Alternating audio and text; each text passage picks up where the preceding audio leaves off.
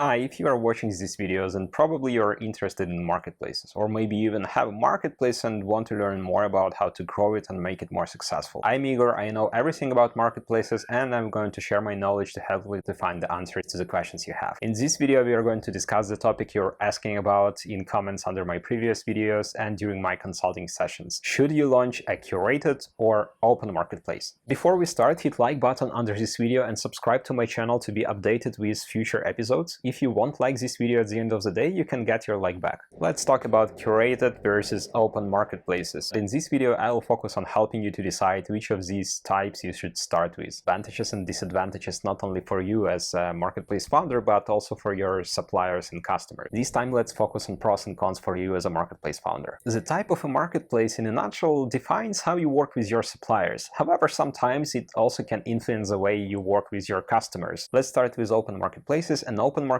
means that any seller can sell and any customer can buy. You don't have any processes to select your suppliers and select your customers. All suppliers can join your marketplace, publish their services or products, and start selling them. It doesn't mean that you do not work with your suppliers at all. It means that the hand-picking process is not very scrutinized compared to a curated marketplace. In this case, your job is to create the perfect flow where your customers can interact with suppliers, make transactions, and be happy about what they bought or booked through your marketplace. There is no matching between customers and suppliers. Customers can browse the catalog of suppliers and their products or services and make their own decision whether they would like to buy or to book. The first advantage of open marketplaces is freedom and diversity of choice. Any supplier can register and start selling on your marketplace. Almost any supplier. You still have some moderation in place because you do not want totally irrelevant content on your marketplace, but still this is not a very scrutinized process. This is just high-level moderation. So there is no selecting certain brands or certain types of products. And actually this creates the next advantage: less operational efforts, resources, and expenses. Open marketplaces allow self-organized flow, which means that you have the list of your suppliers with their products or services.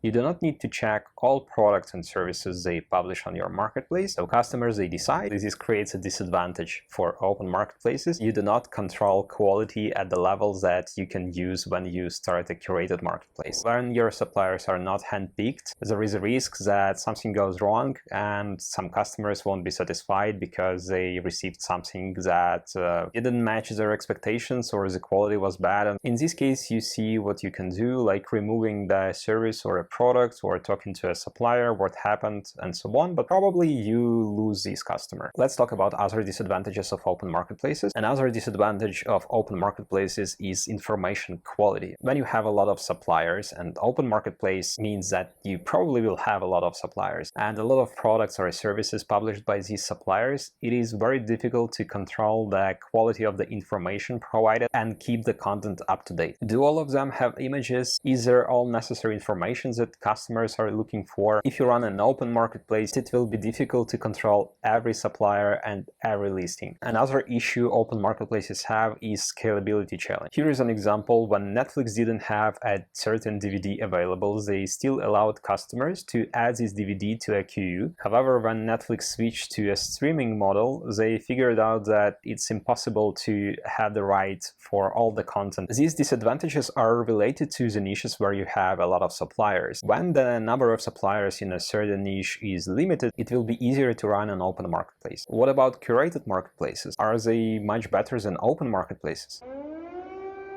This sound is a sound of air raids, which means that the city can be bombed or rocketed. Ukrainians hear this sound several times per day because their cities are bombed. I'm Ukrainian, and there is a war in my country started by Russia on February 24 this year. Russia started its colonial war in Ukraine, bombing cities, killing innocent men, women, and children. Millions of people had to leave their homes because it was not secure to stay there. I ask you to help Ukraine to fight for its freedom. By using this QR code, you can donate any amount, even $1 $1 will be much appreciated. All funds will be sent to my PayPal account, and I will send them to Ukrainian forces that help Ukraine to stand for its freedom. All funds will be sent to my PayPal account, and then I will send them to Ukrainian forces who heroically help Ukraine to stand and fight for its freedom. If you donate $20, you can ask a question about marketplaces, and I will answer this question in the next episode. You can ask this question while you are donating. If you donate $50, you will have 1 hour personal session with me when we can discuss your idea of a marketplace and the best strategy to launch it, or we can discuss your existing marketplace and its challenges and how to scale it. Thanks in advance, I really appreciate your support. A curated marketplace involves hand-picking process, mostly for your supplier. This approach can be helpful when a niche or some other specifics like a certain audience demands a hand-picking process, a more careful validation of suppliers and their products or goods available on the marketplace. And sometimes it even involves matching a certain customer to a certain supplier to make a transaction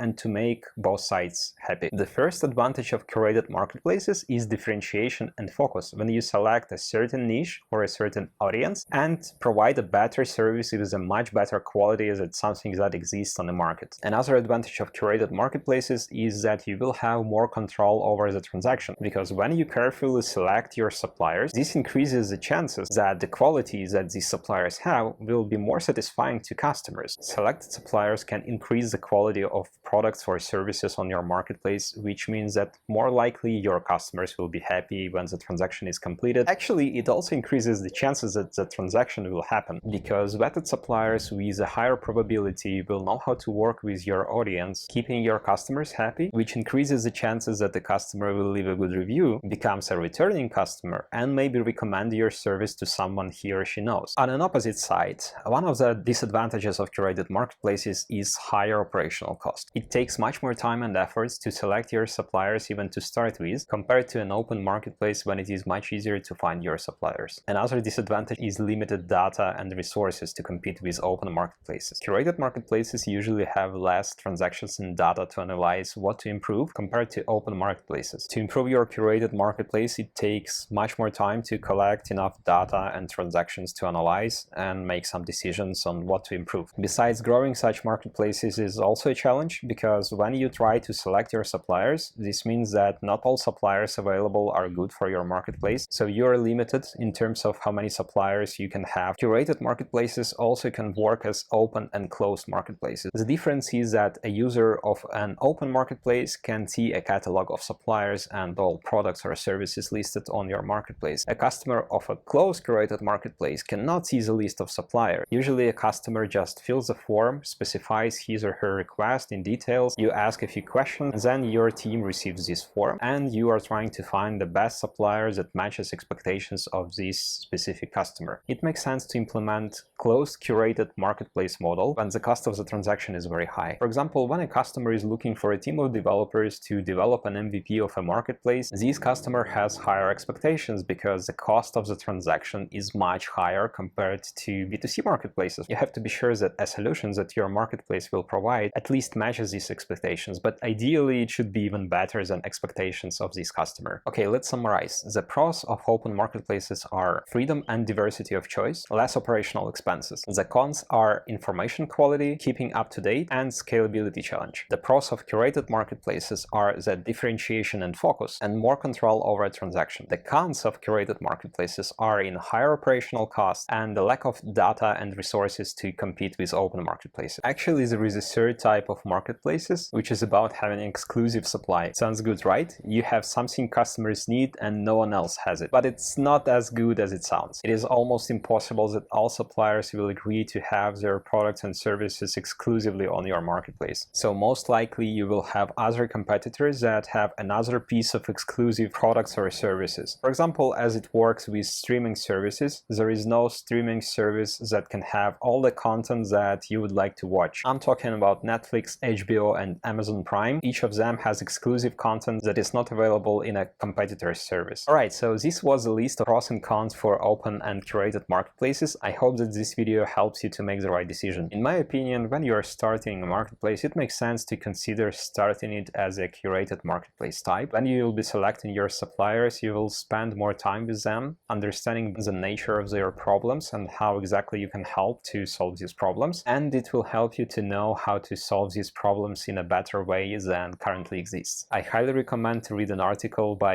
Andreessen Horowitz about the differences between types of marketplaces. I will leave a link to this article in the description to this video. Leave a comment below with the kind of a marketplace you have, or comment with the next topics that you would like to be covered in the following episode. Thanks for watching and see you in the next video.